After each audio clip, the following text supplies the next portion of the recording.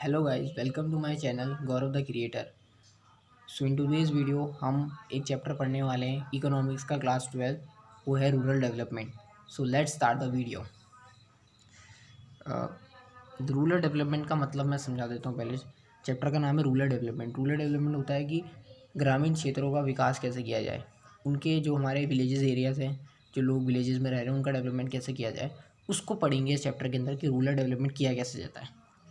हमारे Mahatma Gandhi freedom fighter जो थे, उन्होंने कहा है कि किसी कंट्री का इंफ्रास्ट्रक्चर डेवलप करने से, पोवर्टी एलिवेट करने से, एलिवेशन से और ह्यूमन कैपिटल बनाने से उस कंट्री का डेवलपमेंट किया जाएगा। और इंट्रोडक्शन में ये दे रखा है कि इंडिया के अंदर 3/4 पॉपुलेशन जो है वो विलेजेस में रहती है।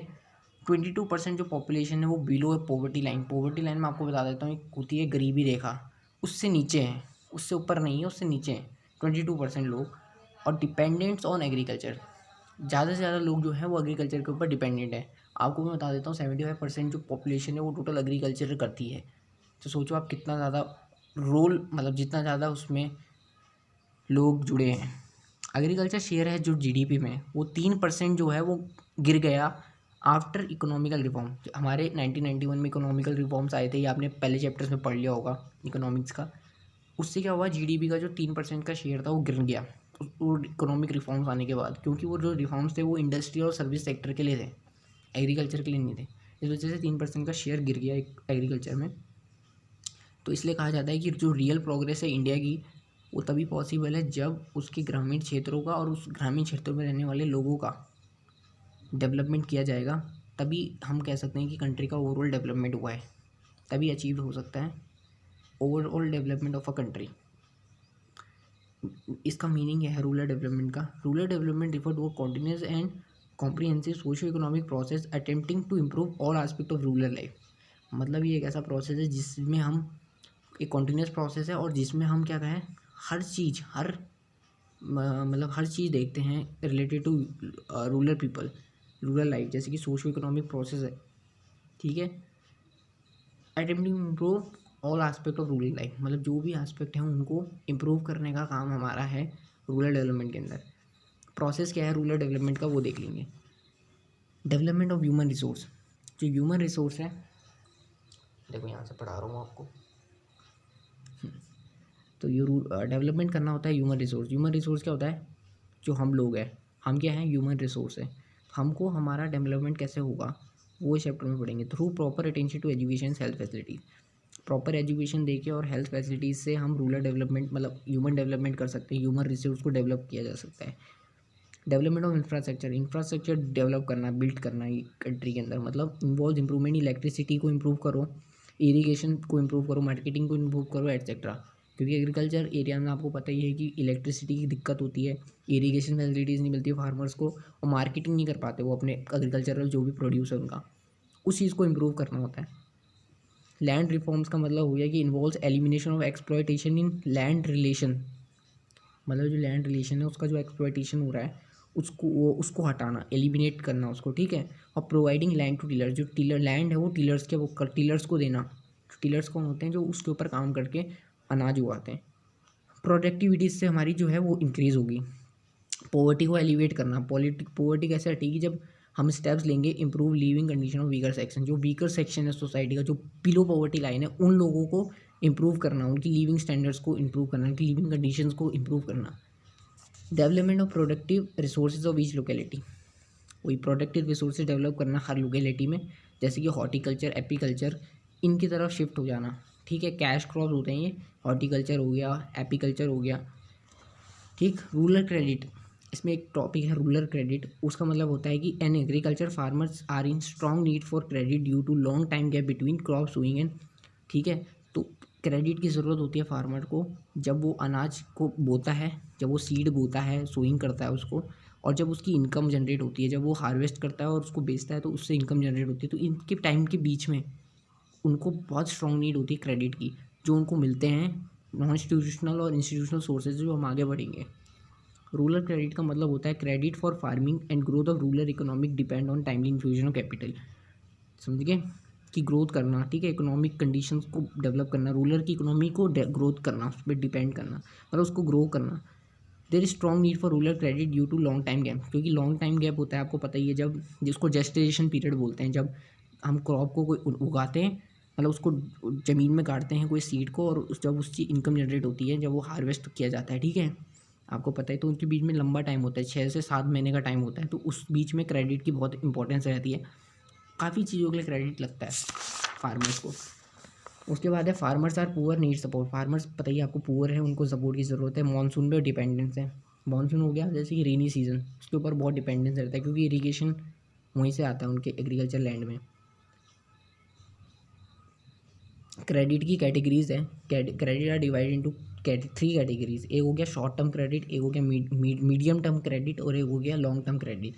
शॉर्ट टर्म क्रेडिट क्या होता है, जो हम इनपुट्स परचेज करते हैं अपने एग्रीकल्चर लैंड के लिए, जैसे कि सीड्स, फर्टिलाइजर्स, पेस्टिसाइड्स, और ये 6 से 12 मंथ के लिए, 6 से 12 मंथ के लिए कि बीच का टाइम रहता है इसमें, ठीक है, सीड्स रहता है, फर्टिलाइजर्स रहता है, पेस्टिसाइड्स परचेज करते हैं, तो उसको बोलते हैं हम शॉर्ट टर्म क्रेडिट, उसमें लगता है शॉर्ट टर्म क्रेडिट। और लॉन्ग मीडियम टर्म क्रेडिट में हम क्या लेते हैं, मशीन्स लेते हैं, फेंसिंग लेते हैं, ट्रैक्टर्स लेते हैं अपने एग्रीकल्चर लैंड पे जिसको हम लगाएंगे, तो 1 से 5 साल की ड्यूरेशन रहती है शॉर्ट टर्म क्रेडिट की, मीडियम टर्म क्रेडिट की।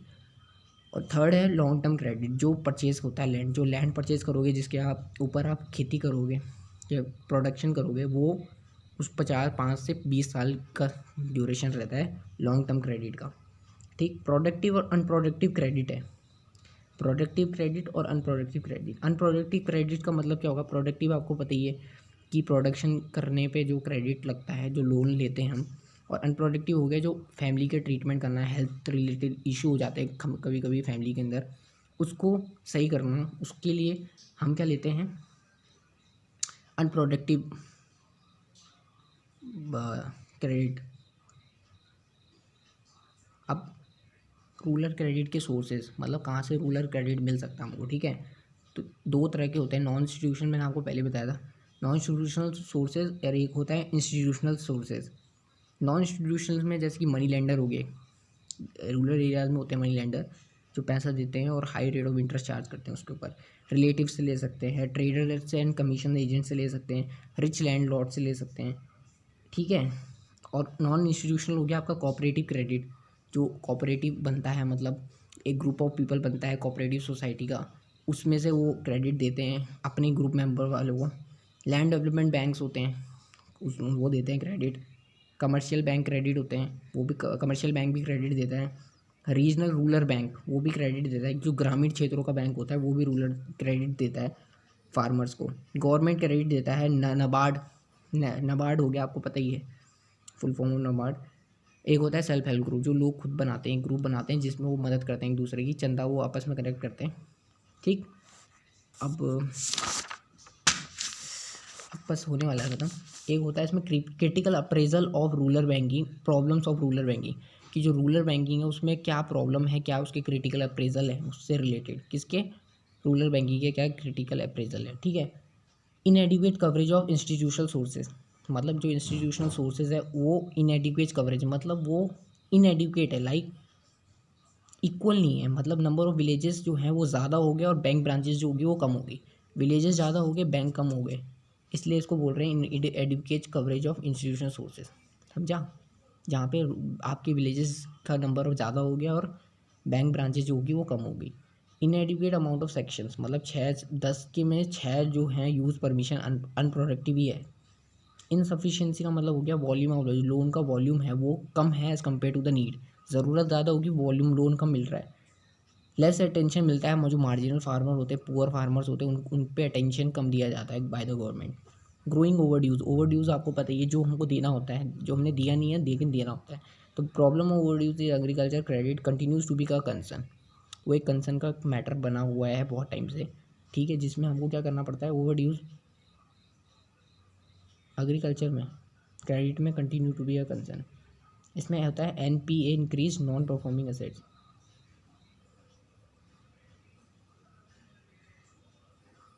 टॉपिक है agriculture market system. Agriculture market system क्या होता है, मतलब एग्रीकल्चर मार्केटिंग क्या होती है। Agriculture margin is a process that involve assembling, assembly का मतलब होता है इकट्ठा करना, स्टोरेज का मतलब होता है स्टोर करके रखना, जमा करना, प्रोसेसिंग का मतलब होता है उसकी उससे और उसको कंज्यूमर गुड में कन्वर्ट कैसे किया जाए, ट्रांसपोर्टेशन का मतलब होता है एक जगह से दूसरी जगह ले जाना, पैकेजिंग करनी, पैकेजिंग मतलब उसको एक पर्टिकुलर लेबलिंग वाला जो एक वो रहता होगा बॉक्स, उसके अंदर उसको पैक करना, उस पर ग्रेडिंग करना, उसको डिस्ट्रीब्यूट करना, कमोडिटीज़ को डिस्ट्रीब्यूट करना अक्रॉस द कंट्री, कंट्री के अंदर, समझे। ये होती है एग्रीकल्चर मार्केटिंग की पूरी डेफिनेशन। प्रॉब्लम जो फेस करती है फार्मर्स, फार्मर्स क्या प्रॉब्लम फेस करता है, मैनिपुलेशन बाय बिग ट्रेडर्स, जो बड़े बड़े ट्रेडर्स हैं वो उनके द्वारा मैनिपुलेट होते हैं छोटे फार्मर्स, उनको मार्केट इन्फॉर्मेशन नहीं रहती,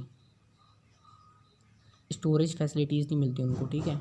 measures to improve agriculture marketing को इम्प्रूव करने के लिए क्या मेजर्स लिए जा सकते हैं, एक होता है regulated market to protect farmer from malpractice of sellers and broker, जो सेलर्स जो बेचने वाले लोग हैं और जो ब्रोकर्स रहते हैं उनकी जो माल प्रैक्टिस है, रॉन्ग प्रैक्टिस है, उनसे प्रोटेक्ट करना, किसको, फार्मर्स को, जो छोटे फार्मर्स हैं।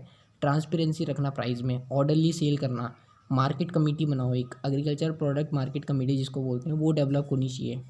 इंफ्रास्ट्रक्चर फैसिलिटीज़ दो, जिसमें क्या होगा, to provide facility like road, warehouses etcetera to the farmers, infrastructure facilities होनी चाहिए, ठीक है, ताकि ट्रांसपोर्टेशन को अच्छा किया जा सके, इसलिए रोड डेवलप हो। Current things are inadequate to meet growing demand, जो कुछ करंट चीज़ें हैं वो इनएडिक्वेट है जिसकी वजह से हम अपनी डिमांड को मीट नहीं कर पा रही है, हमारी डिमांड पूरी नहीं हो पा रही है। कोऑपरेटिव मार्केटिंग होनी चाहिए, मतलब cooperative marketing is a system in which the farmers pool their marketable surplus of crops and distribute the sale proceed on the basis of each individual share।